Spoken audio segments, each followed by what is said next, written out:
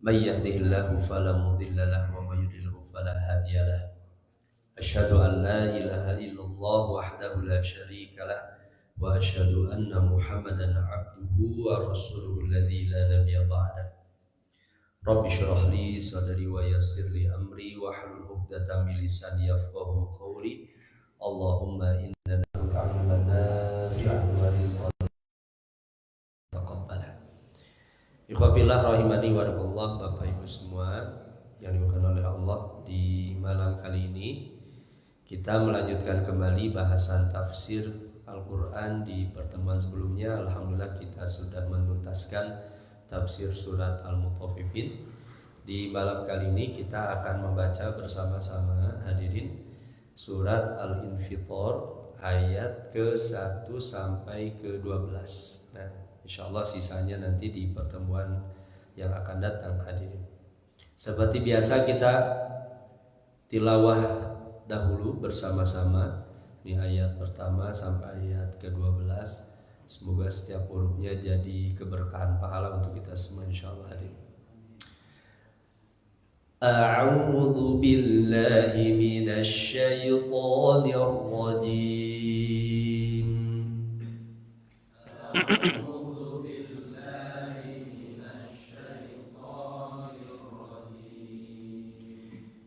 إذا السماء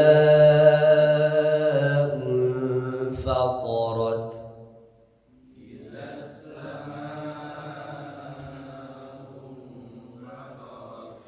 وإذا الكواكب انتثرت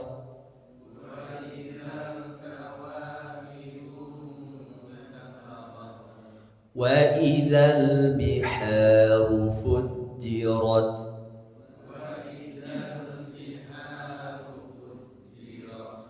وإذا القبور بعثرت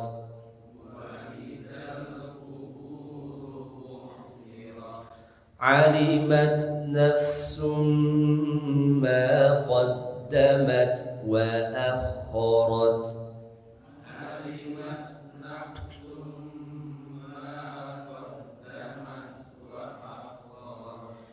يا أيها الإنسان ما غرك بربك الكريم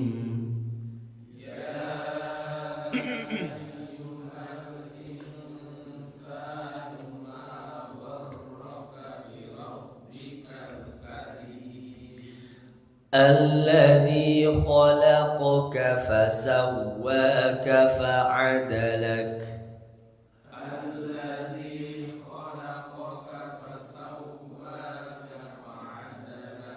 في أي صورة ما شاء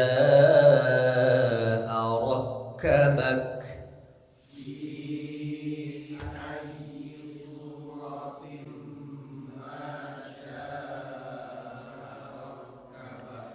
كلا بل تكذبون بالدين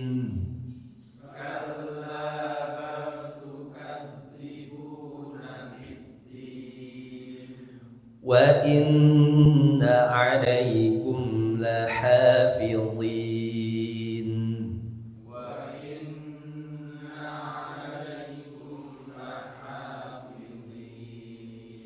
كراما كاتبين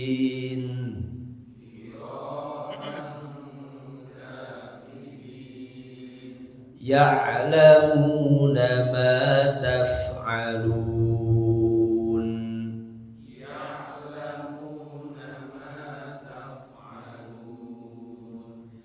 Baik, alhamdulillah kita sudah bersama-sama membaca surat Al-Infitor.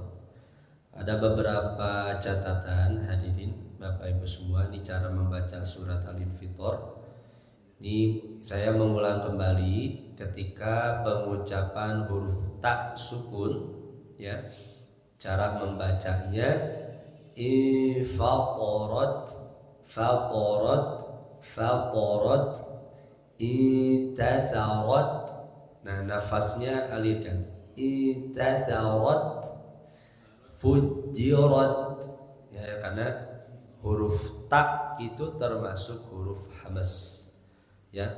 Fahathu syakhsun sakat ya, ta itu termasuk huruf hamas. Jadi jangan fujirat intatharat, nah nafasnya tidak terdengar. Faqarat karena punya sifat tadi.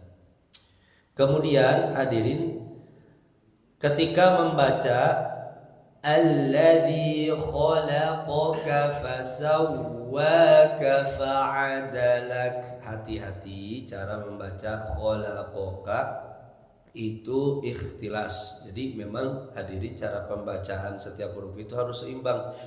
Ikhtilas itu dia mencuri. Contoh seperti ini Pak. Alladzi khalaqaka fasawwa khalaqaka. Jadi dia terlalu cepat sehingga mengurangi tempo pengucapan satu huruf. Nah, termasuk fa'adalak, tapi fa'adalak. Jadi jelaskan setiap hurufnya ya. Kecuali kalau memang bacanya cepat hadirin. Tapi nah, jadi jangan sampai mengurangi tempo pengucapan setiap huruf.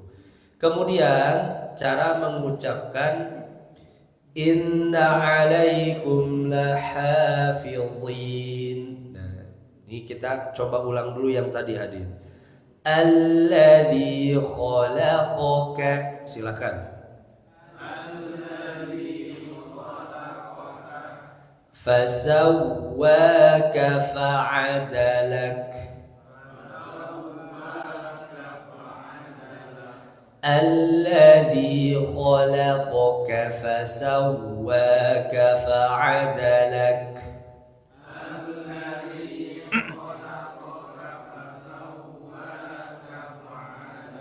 Nah, begitu bagus. Jadi tidak alladzi khalaqaka jadi namanya ikhtilas, mencuri. Kemudian ketika membaca la hafidhin, hadirin ini cara membedakan Bapak Ibu semua huruf dha dengan huruf dza ketika sukun. Kan seolah-olah seperti sama ya. La hafidhin. Nah, ini cara mengucapkan huruf dha ya.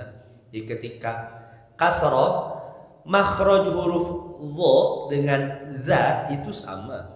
Hanya berbeda huruf sifat. Dha itu kan dia tebal. Nah, makanya cara pengucapan huruf kasrohnya seperti ini. Kalau dza ketika kasroh seperti ini, la hafidhin. Ini dza. Tapi kalau dha seperti ini, la hafidhin. Dhin. Itu cara bacanya. La hafidhin, la hafidhin. Nah, kira-kira ini tebak Bapak Ibu semua, ini dha atau dza?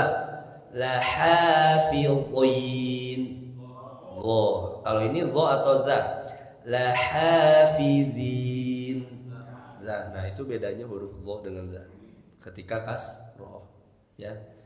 Tapi memang prakteknya butuh agak lama latihannya. Coba bareng-bareng tadi. Wa inna alaikum lahafidhin. Wa inna alaikum lahafidhin. Wah, betul semua alhamdulillah. Jadi yang salah tertutup sama yang betul alhamdulillah.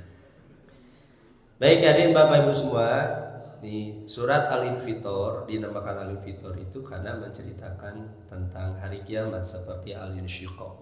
Infitor itu artinya terbelah hadirin. Surat Al-Infitor ini surat yang dianjurkan oleh Nabi untuk hadirin dibaca ketika mengimami. Ini satu waktu kalau nanti tidak ada Ustadz Syahrinal, tidak ada saya, tidak ada Ustadz Fahri, tidak ada siapapun, Pak Didi. Nah, Kak Payun baca ini. Mana Pak Didi? Pak Didi sok siap woy ke depan kan. Nah, Pak Didi baca ini surat Al-Infitor. Jangan baca kulhu kan ya. Nah, ini surat ini yang dianjurkan oleh Nabi. Ya, karena satu waktu ada Ini hadis yang masyhur ya, sering saya sampaikan juga. Sahabat yang pernah diimami oleh Mu'adz panjang. Dalam satu riwayat itu baca Mu'adz itu sholat isya baca surat Al-Baqarah. Jadi panjang sekali. Datang kepada Nabi. Nah, kemudian Nabi marah kepada Mu'adz. Afatanun ya Mu'adz? Mu'adz, kamu mau menyebarkan fitnah? Karena fitnah di sini maksudnya ujian, cobaan, sehingga orang tidak mau lagi datang ke masjid. Ustaz Syahrinal itu kalau kita menganggap panjang, saya yakin kayaknya gak pernah antum baca sampai satu lembar ya. Paling satu halaman lebih. Satu halaman tuh pendek sekali sebenarnya. Dan itu ya cukup lah. Itu pun kan ketika subuh itu memang kalau subuh ya enak gitu. Nah, invitor itu kan ya anggap saja setengah halaman. Berarti memang idealnya imam itu ya setengah halaman. Meskipun kalau Nabi mengimami lebih dari itu. Nabi itu sholat subuh pernah baca Al-Insan. Al-Insan itu kan kalau saya satu halaman dibagi dua. Nabi itu satu rakaat satu surat. Jadi Nabi itu ya kalau mengimami ada yang pernah satu rakaat 3 halaman, ada yang 5 halaman. Jadi Nabi pun relatif. Jadi maksudnya Nabi pun pernah yang panjang. Tapi kan di kita, masyarakat kita, kalau Ustadz Syahrinal baca Ar-Rahman sampai beres dari awal, wah itu terlalu panjang di kita, ya. Nah makanya memang kalau kata Imam Ahmad, mengimami itu menyesuaikan dengan kebiasaan masyarakatnya, ya. Di kita kan alhamdulillah ya, kalian para imam pun saya Ustaz Fahri, saya rasa gak pernah sengaja sampai panjang-panjang sekali. Itu pun ya kita agendakan yang panjang itu ketika tahajud. Nah itu cocok kan sehingga orang pun siap. Nah Nabi kemudian mengatakan, Aina kunta ansab bihisma rabbikal a'la wa duha wa idas sama'un fatarat. Di mana? Kenapa kamu tidak membaca sabbihisma rabbikal a'la, ad-duha dan infat idas sama'un fatarat, infitor. Tuh gak ada Pak, kulhu palak binas gak ada. Jadi standarnya nanti yang jadi imam ini. Ya, enggak bukan haram, boleh hadirin, tidak apa-apa, ya. Kemudian surat Al-Infitor ini Bapak Ibu semua, ini gambaran dari hari kiamat, ya. Kata Nabi di hadis riwayat At-Tirmidzi, "Man sarrahu an yanzura ilal qiyamah ra'yain." Siapa yang ingin melihat hari kiamat dengan sebenar-benarnya, maka bacalah idza syamsu kuwirat at-takwir, idza samaun fatarat al-infitar, idza samaun syaqqat. Karena 3 surat itu menggambarkan hari kiamat. Yang kata Nabi, surat-surat ini syayyabatni hudun wa akhwatuha, yang membuat rambutku berwarna putih. Nah, jadi beruban. Nah, bapak-bapak beruban kira-kira karena apa? Kalau karena surat ini atau karena banyak masalah? Kalau Nabi itu karena 3 surat ini beruban, Nabi itu kata Nabi. Jadi beruban karena takutnya kepada hari kiamat. Kita mah baca Al-Infitor masih sempat seserian gini, Pak.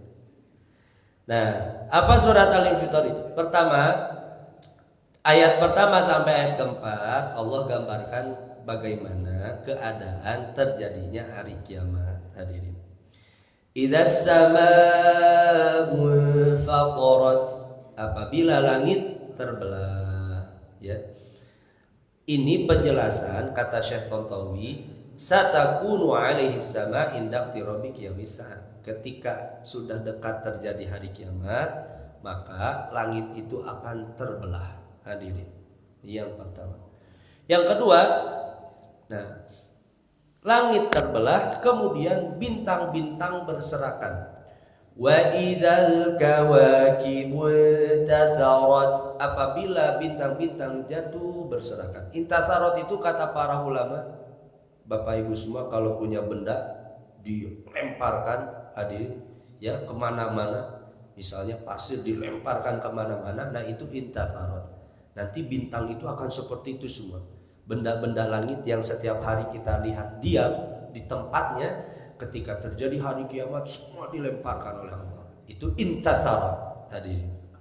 Wa idan nujum at-tahawat wa tasaqatat wa tafarraqat, apabila bintang-bintang berjatuhan, berguguran, tercerai-berai hadirin. Nah, nusira syai' 'alal ardi idza ulqiya 'alaiha mutafarriqan. Kata intatharat itu kan berasal dari kata nusira dalam bahasa Arab.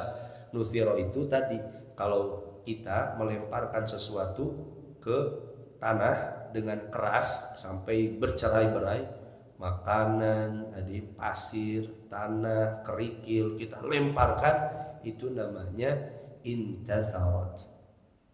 Itu gambaran nanti di hari kiamat itu seperti itu hadirin. Planet-planetnya, bintang-bintangnya berserakan, hadirin, dilemparkan, menunjukkan kehancurannya langit. Yang ketiga, setelah ayat pertama yang kedua berbicara tentang langit terbelah, bintang-bintang berserakan. Yang ketiga dan keempat berbicara tentang keadaan bumi, Pak. Wa idzal biharu fujjirat, apabila lautan menjadikan meluap, fujjirat hadirin. Dikata Syekh Tantawi, syuqqat jawanibuha fazalat al-hawajizul lati bainaha wa ikhtalata ba'duha bi ba'din fasara jamimuha bahran wahidan. Sisinya terbelah sehingga penghalang-penghalang di antara laut itu hilang, sebagiannya bercampur dengan sebagian yang lain sehingga menjadi satu lautan fujirat, ya. Dengan fathah air fujirat itu maknanya yaitu dipancarkan, ya, maksudnya diluapkan, semuanya dikeluarkan oleh Allah, ya, lautan-lautan kemudian terpancar. Jangankan lautan itu hadirin, berhamburan airnya, tsunami satu bagian saja kan itu luar biasa, bencananya luar biasa sekali. Ini semua lautan akan seperti itu, diluapkan oleh Allah Subhanahu wa taala. Nah, yang keempat hadirin, nah ini di fujirat itu jadi tadi ini mohon maaf saya ulang lagi, diluapkan sehingga nanti air laut itu mengalir sangat deras sekali karena diluapkan. Yang keempat, dalam keadaan alam kubur, kuburannya. Wa idzal quburu bu'thirat, apabila kuburan-kuburan itu dibongkar, sorobatinuha zahiruha, yang ada di dalam itu menjadi ada di luar.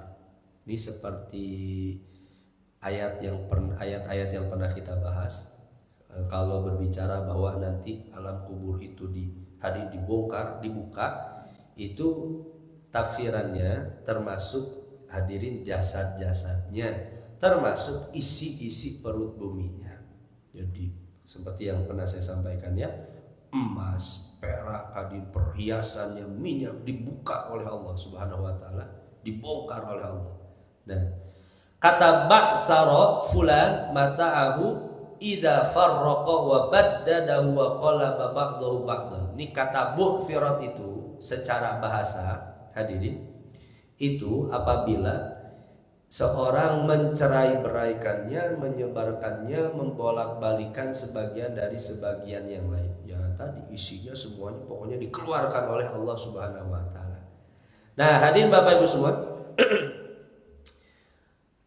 dua ayat pertama berbicara tentang langit yang terbelah, kemudian benda-benda langit, bintang-bintang yang hadirin berserakan. Dua ayat ketiga, ayat keempatnya berbicara tentang keadaan di bumi, hadirin. Nah, ini menunjukkan kehancuran sehancur-hancurnya. Kalau kata Imam Ar-Razi, Bapak Ibu, beliau menganalogikan seperti ini, Pak. Kalau orang ingin merobohkan rumah, itu yang dihancurkan atapnya dulu atau pondasinya dulu, Pak? Masa pondasi, Pak? Orang mau hancurin rumah, pondasinya dulu, atapnya dulu, hadirin. Kan atapnya dibuka, pondasinya gimana caranya? Atapnya dulu. Nah, makanya kenapa Allah gambarkan langitnya dulu, kemudian bintang-bintangnya, baru kemudian buminya. Jadi menunjukkan sehancur-hancurnya. Seperti halnya rumah, kalau mau dirobohkan sehancur-hancurnya, ya dirobohkan atapnya, bawahnya dia dihancurkan. Seperti itu pula hari kiamat langitnya dihancurkan oleh Allah, bahkan isi perut buminya pun dihancurkan oleh Allah. menunjukkan sehancur-hancurnya ketika hari kiamat. Tidak ada lagi satu tempat lagi untuk hidup bagi manusia ketika nanti hari kiamat terjadi. Nah, kata Imam hadirin, kata Syekh Tantawi, wa'lam annal murad min hadhil ayah idza waqa'at hadhil asya iya asyratus sa'ah.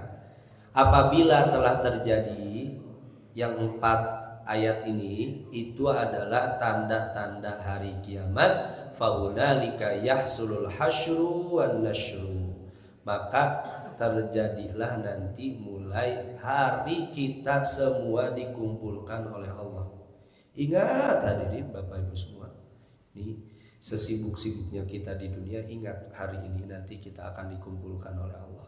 Semua orang tidak membawa titel, jabatan, gelar, gak bawa kendaraan, gak bawa harta, mereka hanya membawa amal solih yang sudah dilakukan saja. Gak akan bawa apapun hal yang dibangga-banggakan ketika di dunia, semuanya ditinggalkan hadirin. Nah, kata beliau, ithnani minha yata'allaqani bil ulwiyat wa ithnani yata'allaqani bis sufliyat. 2 ayat pertama berkaitan dengan ulwi tadi hadirin, berkaitan dengan alam atas.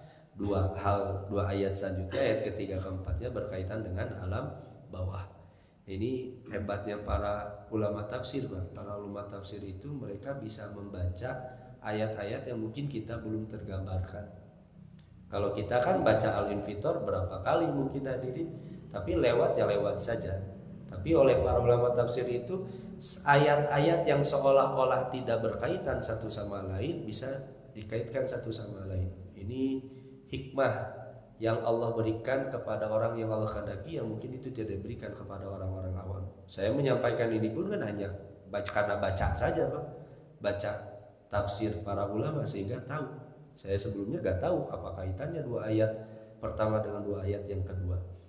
Nah, kemudian hadirin, ini kata Imam Ar-Razi, beliau menjelaskan agak panjang hadirin. Ini makna kubur-kubur dibongkar itu maknanya Allah mengeluarkan mayat yang ada di dalamnya hadirin. Ini yang pertama. Yang kedua, kubur-kubur itu dibongkar maknanya mengeluarkan apa yang ada di perut bumi.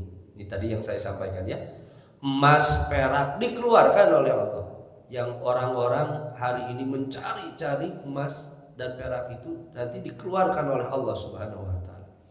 Kemudian mengenai hikmah dari urutan peristiwa ini yang tadi saya sampaikan hadirin. Allah sedang menjelaskan kehancuran alam semesta, lenyapnya kehidupan dunia, serta terputusnya segala kewajiban syariat. Ini tadi, langit diibaratkan sebagai atap, sedangkan bumi diibaratkan seperti bangunannya.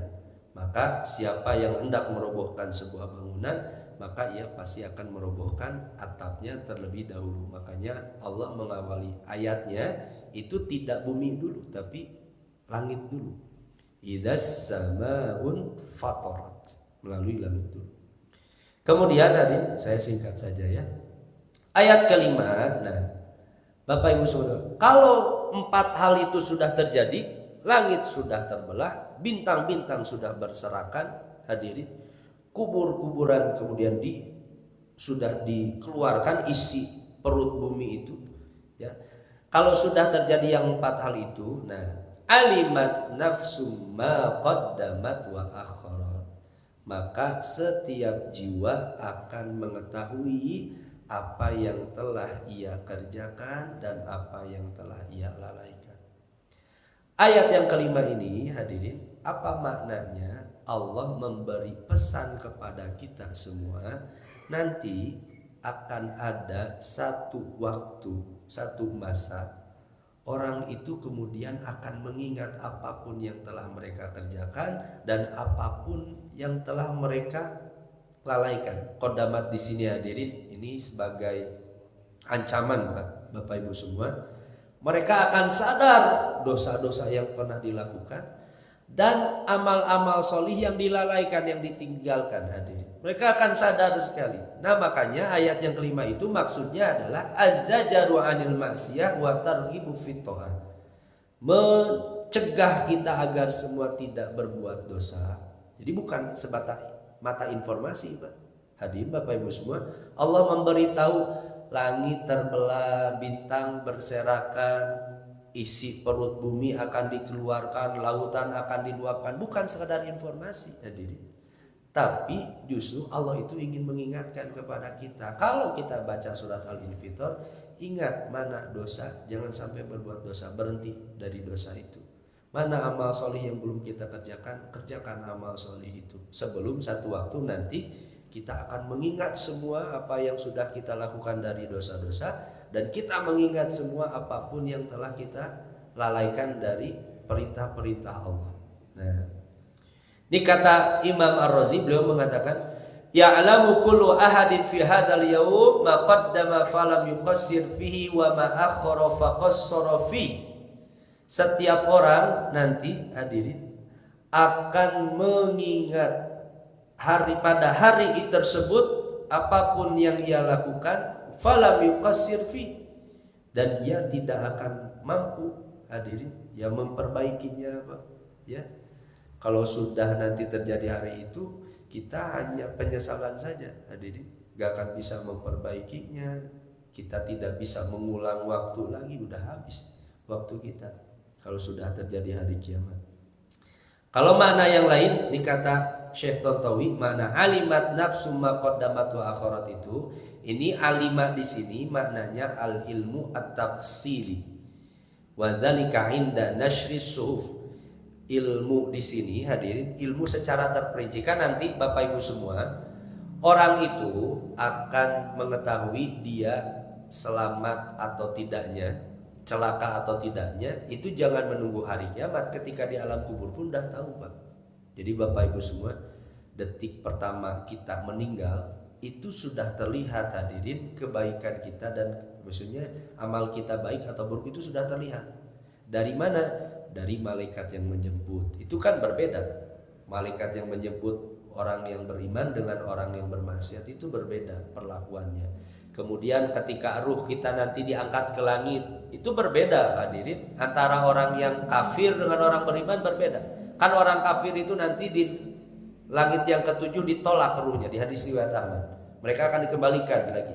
Sedangkan ruhnya orang-orang beriman diterima di langit. Ketika di alam kubur, orang-orang beriman mendapat nikmat kubur, orang-orang yang kufur kepada Allah mendapatkan siksa kubur. Jadi sebenarnya jangankan menunggu hari kiamat, orang pun nanti setelah kematiannya akan mengetahui dia itu nanti celaka atau selamat, itu udah tahu. Dari malaikat yang menjemput, dari alam kuburnya, ketika di padang mahsyarnya. Nah, yang dimaksud alimat nafsu ma qaddamat wa akharat itu, kalau kata Syekh Tontowi, itu maknanya kita mengetahui secara terperinci ketika catatan-catatan buku amalan kita diberikan oleh Allah. Gitu. Jadi maksudnya adalah al-ilmu tafsil. Ini kata Syekh Tontowi dalam makna ayat ini. Nah, beliau mengatakan amal ilmu ijmal fayahsulu fi awali zamanil hasyar li annal muti'a yara athara sa'ada wal 'asi yara athara syaqawa fi awalil amr. Adapun pengetahuan kita secara umum, adik kita baik ataukah tidak, itu kan tadi di awal dikumpulkannya pun orang yang taat itu akan melihat kebahagiaannya. Kan hadis-hadis yang ini, hadir Bapak Ibu semua, di padang mahsyar nanti orang itu ada yang tenggelam dengan keringatnya, Pak. Nanti di padang mahsyar ada yang diberikan naungan oleh Allah, hadirin, sehingga mereka terlindungi dari panasnya matahari, teriknya yang luar biasa. Nah, itu kan sudah terlihat. Nanti yang tenggelam dengan keringat itu tanda dia, hadirin, terlampau banyak dosanya. Adapun yang diselamatkan oleh Allah, yang disebutkan diantaranya di hadis yang sahih, hadirin, orang yang hatinya tertambat ke masjid. Nih Bapak Ibu semua hadir, ini semoga termasuk jadi amalan sahih ini, hadirin.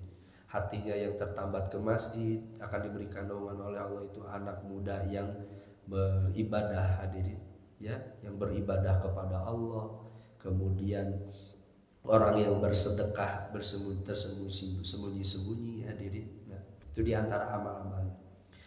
Kemudian Bapak Ibu subhanahu wa Allah. Nah, di ayat ke-6 Allah sadarkan, hadirin, ya ayyuhal insanu ma gharraka bi rabbikal karim. Wahai manusia, apa yang telah memperdaya kalian durhaka terhadap Rabb kalian Al-Karim. Al-Karim itu, hadirin Bapak Ibu semua, dalam bahasa Arab, kalau ada orang, hadirin, itu dermawan Pak, baik sekali, senang memberi, itu namanya karim. Hadirin, itu karim. Jadi merek mobil Pak, Karimun. Makanya kalau yang punya mobil Karimun tebager keterlaluan, itu namanya kan Karimun. Karim itu Pak pemurah. Nah, hadirin Bapak Ibu sekalian, diperhatikan kata Rob dan kata Karim. Ya Allah itu menyadarkan seperti ini, hadirin. Wahai manusia, apa yang menipu kalian? Sedangkan Allah itu Rob. Ini kata para ulama, kenapa yang disebutkan Rob tidak Allah, Pak? Misalnya dia kasih, ya ayyuhal insanu ma gharraka billahil karim. Kenapa tidak Rob? Kalau kita ada enakeun eta bae bisa Rabbika. Sudah pilih. Rob itu kan berbicara tentang hadirin. Rob itu kan kata Imam Ar-Raghib Al-Asfahani, insya'u syai'i halan fahalan illa hadid tamam. Yang menciptakan, yang mengurus, yang membentuk, yang menjaga sampai sempurna, itu namanya Rob. Ya Allah itu seolah-olah sedang seperti ini, Pak. Ada orang tidak mau beriman, kufur, bermaksiat kepada Allah. Allah itu selalu menyadarkan, bi Rob, kenapa engkau berani-beraninya bermaksiat, kufur kepada Allah yang telah menciptakan, hadirin, membentuk, menjaga, menyempurnakan. Bukan hanya itu, Al-Karim, Allah itu baik sekali, Pak. Seperti ini Pak gambarannya, hadirin. Ada seorang misalkan karyawan di perusahaannya, dia diberi fasilitas gaji yang besar, kasih rumah, Pak. Dia dikasih kendaraan yang bagus, wah, nyaman hidupnya. Ternyata dia khianat, Pak. Hadirin, ternyata dia khianat.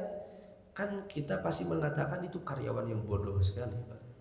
Seperti itu pula orang ketika di dunia terasa sekali, bukankah kita merasakan, hadirin, karimnya Allah, kebaikannya Allah lewat penciptaan kita. Makanya nanti lihat di ayat selanjutnya, Allah kan berbicara tentang kesempurnaannya penciptaan manusia. Allah sempurnakan jasad kita, hadirin. Kenapa? Apa coba yang menghalangi orang untuk tidak beribadah kepada Allah, sedangkan Allah itu Rabb yang menciptakan, menyempurnakan, menjaga kita.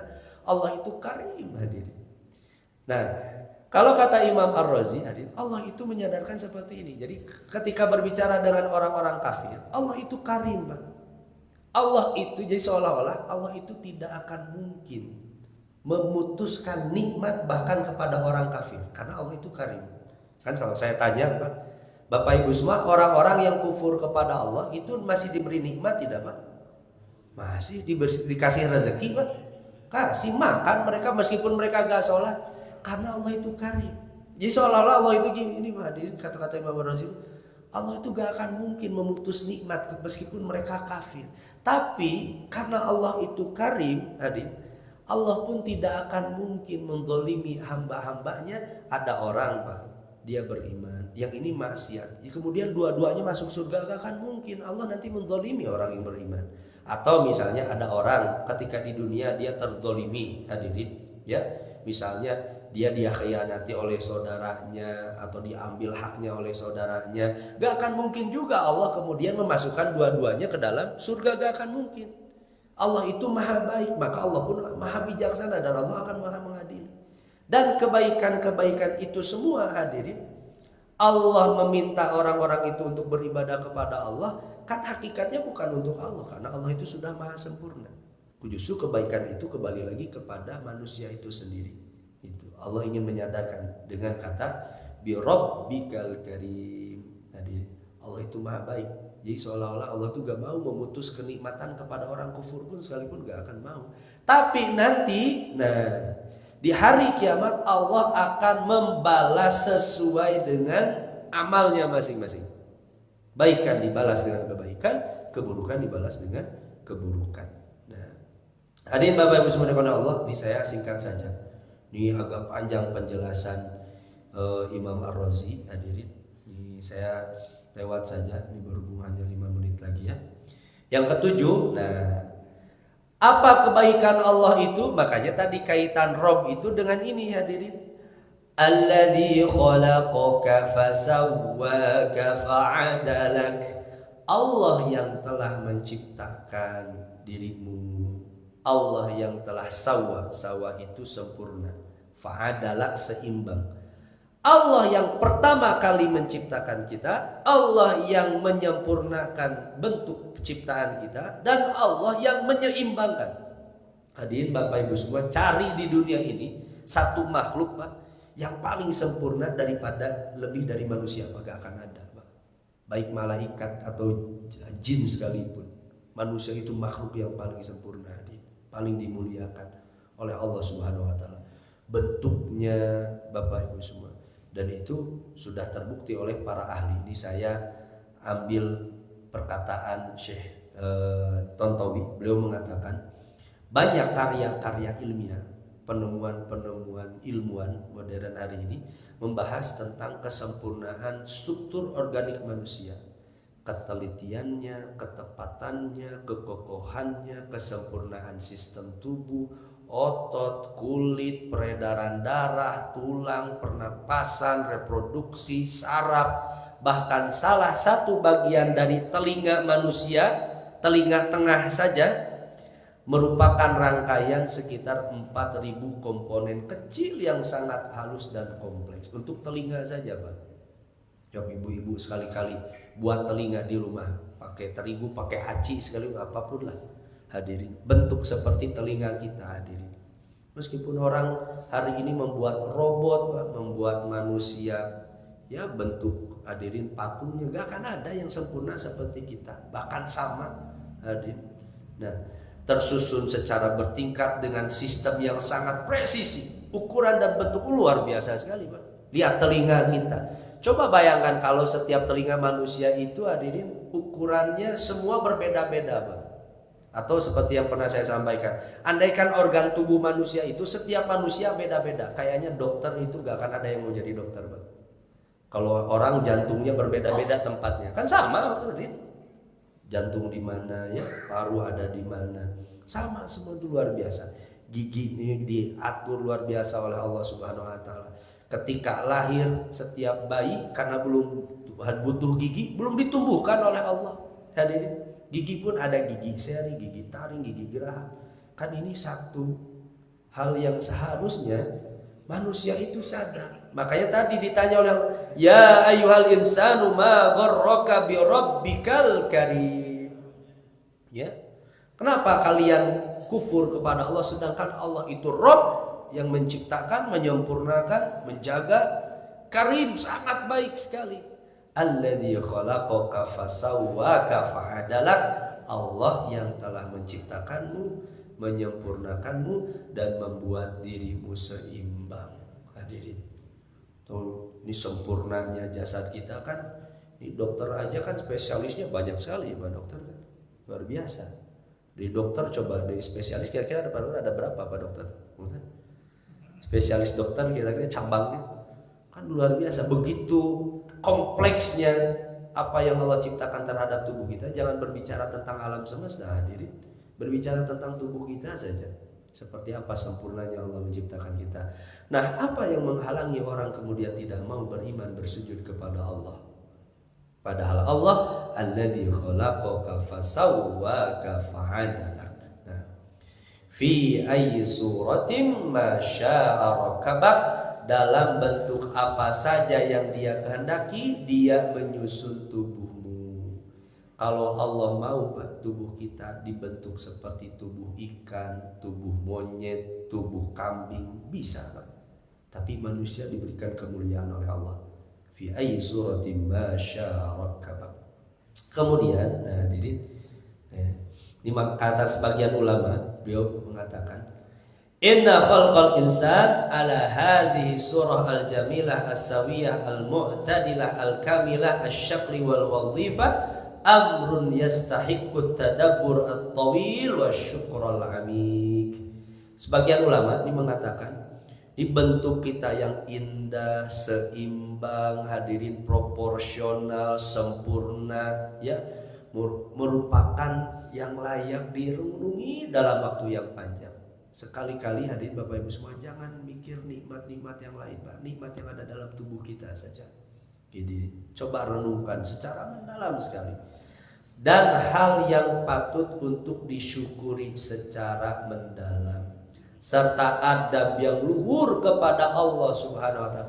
Kalau ada orang, Pak, orang itu yang sangat baik, mungkin sejak kecil kita diurus oleh orang itu, hadirin, dibiayai sekolahnya, diberi makan, dikuliahkan, sampai kerjanya ditempatkan, ternyata kita sampai diberi, hadirin, fasilitas rumah, hadirin, sampai menikahnya misalkan kita dibantu. Kira-kira sikap kita kepada orang itu seperti apa, Pak? Pasti hormat sekali. Nah, kepada Allah seharusnya kan lebih daripada itu, hadirin. Allah yang menciptakan kita, menyempurnakan penyempurnaan penciptaannya, menjamin rezeki seluruh alam semesta, hadirin, bahkan seluruh makhluknya. Seharusnya kan kita lebih mengagungkan Allah lebih daripada siapapun. Nah, makanya ayat barusan hadirin ini, alladzi khalaqaka fasawwaka fa'adalak fi ayyi suratin ma syaa rakkabak. Allah yang telah menciptakan, menyempurnakan, menyeimbangkan, hadirin, itu sebenarnya maknanya adalah Allah, hadirin, mendorong kepada kita semua untuk banyak bersyukur secara mendalam kepada Allah, menjadi hamba-hamba yang bersyukur. Makanya orang yang sudah merasakan nikmat, hadirin, jasad saja, Pak, hadirin, kita disehatkan oleh Allah, itu sudah sangat cukup, hadirin, dari nikmat-nikmat yang lain yang Allah berikan. Nah, kemudian Bapak Ibu semua oleh Allah, ayat 9, 10, 11 dan 12, kemudian Allah sampaikan, kalla bal tukadzibuna biddin wa inna 'alaikum lahafizin kiraman katibin ya'lamuna ma taf'alun. Kalla, saya pernah sampaikan ya, kalla itu kalimatur rad'i waz zajar. Allah sedang membantah atau Allah sedang mengancam. Seharusnya orang beriman, banyak bersyukur, banyak beribadah kepada Allah. Kala tidak, kalian malah mendustakan agama Allah. Itu kan keterlaluan, Pak. Orang saja beribadah biasa-biasa itu sudah keterlaluan, hadirin. Orang tidak terlampau banyak bersyukur, Pak. Dia mungkin ya mengucapkan alhamdulillah sehari itu biasa. Itu pun udah keterlaluan. Kenapa? Karena nikmat Allah itu begitu banyak sekali. Ini malah kufur kepada Allah, banyak bermaksiat, banyak berbuat kerusakan. Itu kan udah keterlaluan. Nah, wa inna 'alaikum lahafidin, untuk kalian ada malaikat-malaikat yang menjaga, kiraman katibin, yang senantiasa menulis, ya'lamuna ma taf'alun, para malaikat itu tahu apapun yang kalian perbuat. Nah, Allah mengingatkan dari ayat 10 sampai ke 12 ini, ada malaikat-malaikat yang ditugaskan oleh Allah yang senantiasa mencatat, hadirin, setiap amal-amal kita, ya. Nah, hadirin Bapak Ibu saudara oleh Allah, ini berhubung karena sudah masuk waktu Isya, hanya beberapa menit saja ya. Ini saya tutup saja, selebihnya Bapak Ibu semua bisa dibaca. Saya sudah share di grup masjid ya, hadirin. Ini beberapa hikmah kehidupan dari surat Al-Infitor. Dunia ini akan hancur dan kepastian setiap manusia bertemu dengan hari kebangkitan. Kesempurnaan dan keseimbangan yang mengagumkan dari penciptaan manusia. Ini jangan terlena dan lalai dalam kenikmatan sehingga melupakan Allah Azza wa Jalla, ya. Keempat, menambah ketaatan dan rasa syukur atas nikmat penciptaan yang Allah berikan. Jadi Allah menyadarkan supaya kita banyak bersyukur. Kelima, malulah kepada Allah, para malaikatnya, jika kita melakukan berbagai kefasikan dan maksiat. Dan yang terakhir, para malaikat-malaikat Allah senantiasa menjaga amal-amal kita tercatat dengan baik. Wallahu a'lam bishawab. Hanya itu mungkin hadirin Bapak Ibu semua yang bisa kita bahas pada malam kali ini. Semoga banyak hikmah yang kita ambil jadi tambahan inspirasi kehidupan kita semua. Aqulu qouli hadza wa astaghfirullah li wa lakum. Assalamualaikum warahmatullahi wabarakatuh.